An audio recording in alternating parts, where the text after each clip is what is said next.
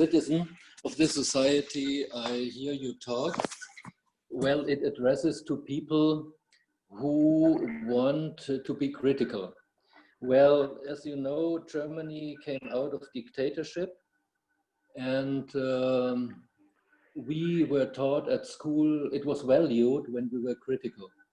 Only those pupils who were critical, even towards their teachers, they were valued. They said, okay, you do it right, you do not take everything as given.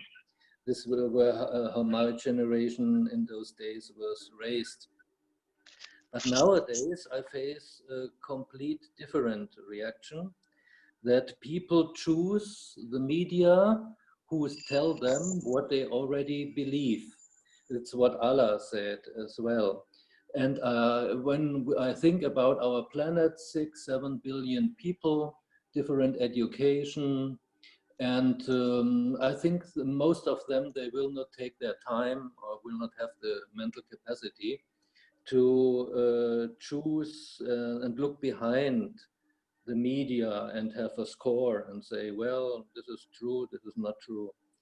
So my question is, you did data mining, you did analysis, but when we go to scenario planning, how do you, maybe it's not your topic, but what I would be interested in is, how can we make the masses, most of the people, 80% capable of thinking differently, of taking a critical stance?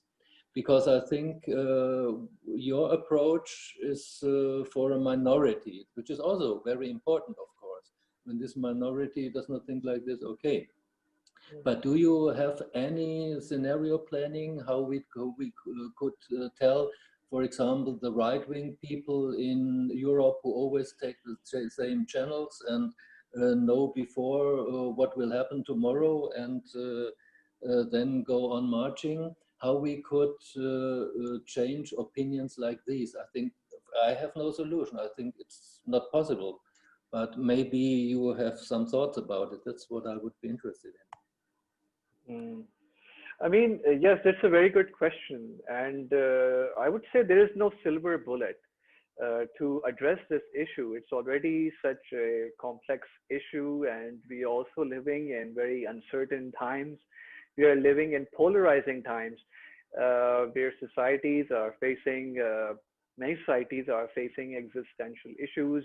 Many ideologies and cultures are facing these challenges. But a way to articulate it is firstly to understand that because of social media, we are living in bubbles. We tend to live in our network.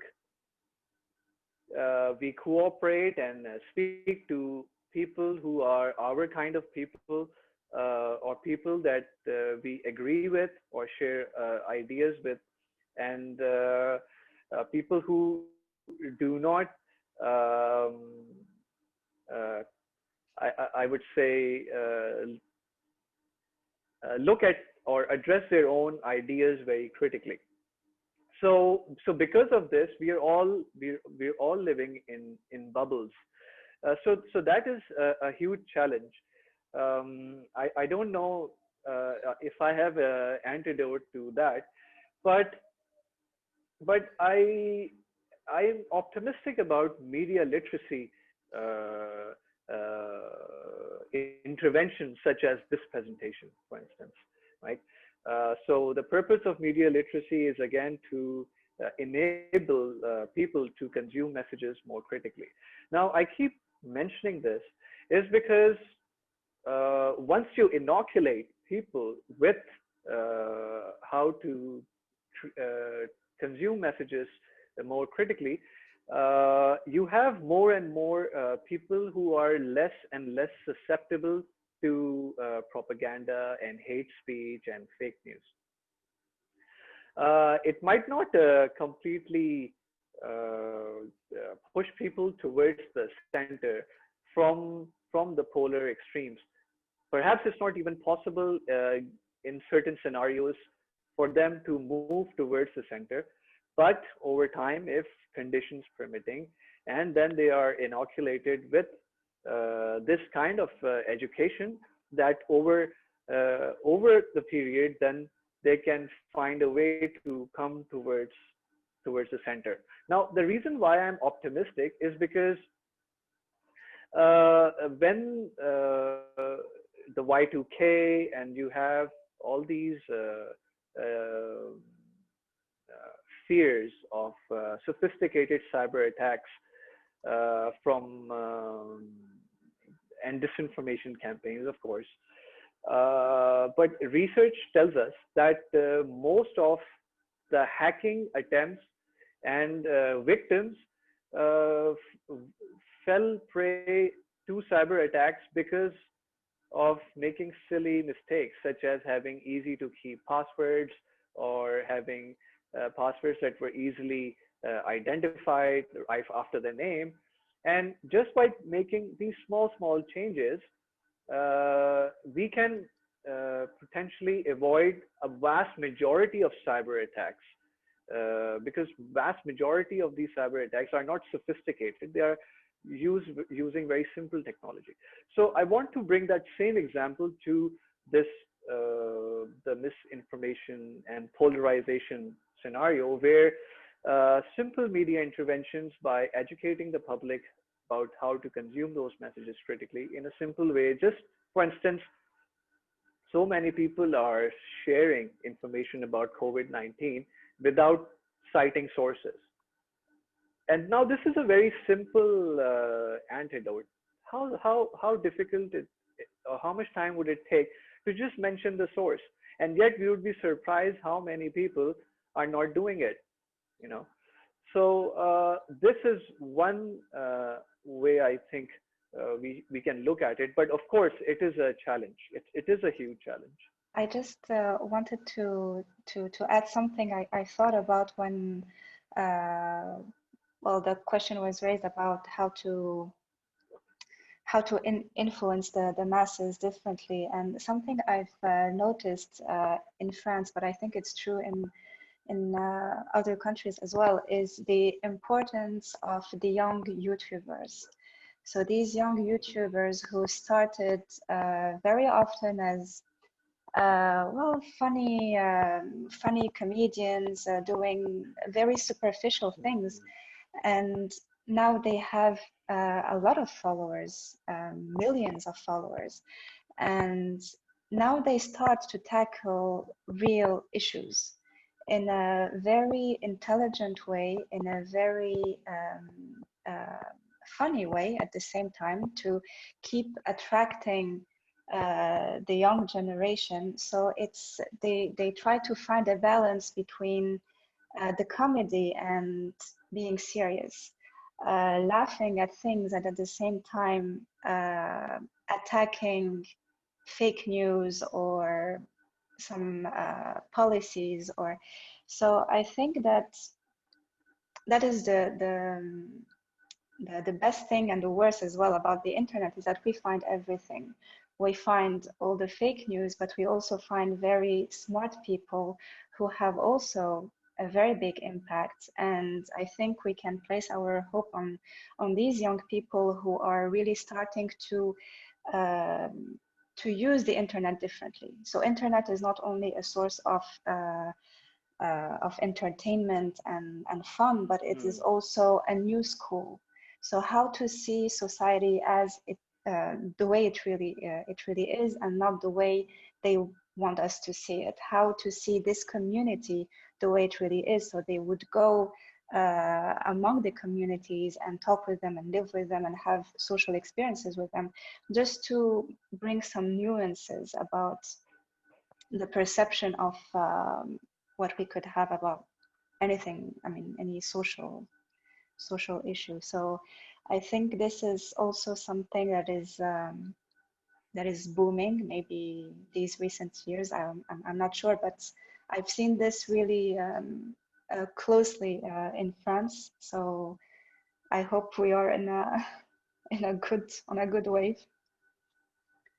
Yes, for sure. In Pakistan, the young people There's now I know I wasn't so supposed to talk about politics, but I would say that in Pakistan, especially the women rights movement that I have studied,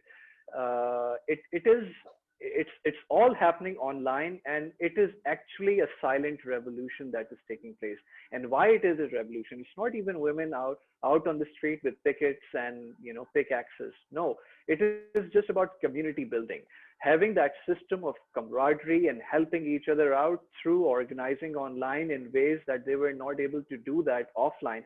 So yes, internet has a huge potential, and now those networks have grown, and they have reached international recognition, and then they have also advocated governments to come up with more progressive policies. Of course, this is not happening in isolation. We are also seeing changes in the Middle East as well. Uh, Progressive changes, some might say, which also then influences what happens in Pakistan. But it's mutually reinforcing, and certainly young people are taking the charge. A lot of that is happening online. There's a lot of potential online. It is not just a cesspool of misinformation. And because I've spent some time in East Asia as well, I can share some examples of China as well, that we assume that well, first of all, Chinese internet, uh, its own universe, right? So many Western academics and many Western people, Western society thinks that well, if there would be Google in China, and the whole of Chinese society would change and would rise up and something like that. But no, Chinese people are just like any other people. Their main interests are not just politics, but it's also shopping, traveling, learning about the world, doing so many other things that a young person of their age would be doing in France, perhaps, or in Pakistan.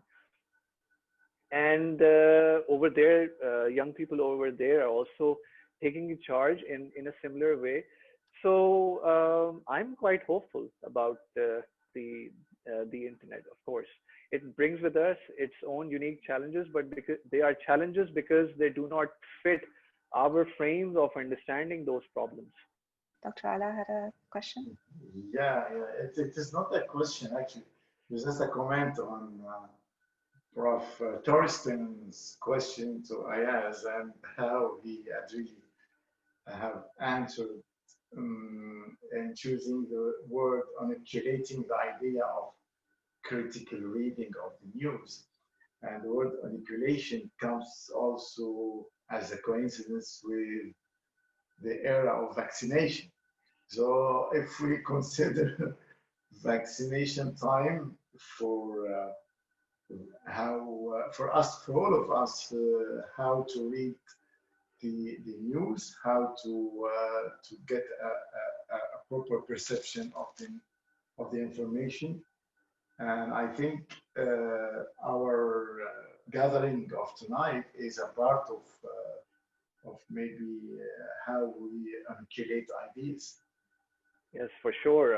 I'm really glad to be here. And well, see, this topic that I'm presenting today was actually inspired by my first attendance on Agora.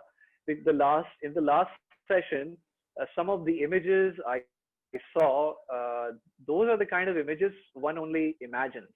You don't see them come out in life. I mean, you never see, for instance, somebody wearing the traditional Muslim attire in the British Museum, and it's Yes. all, and it's the section of which it is dealing with war, and it's completely deserted.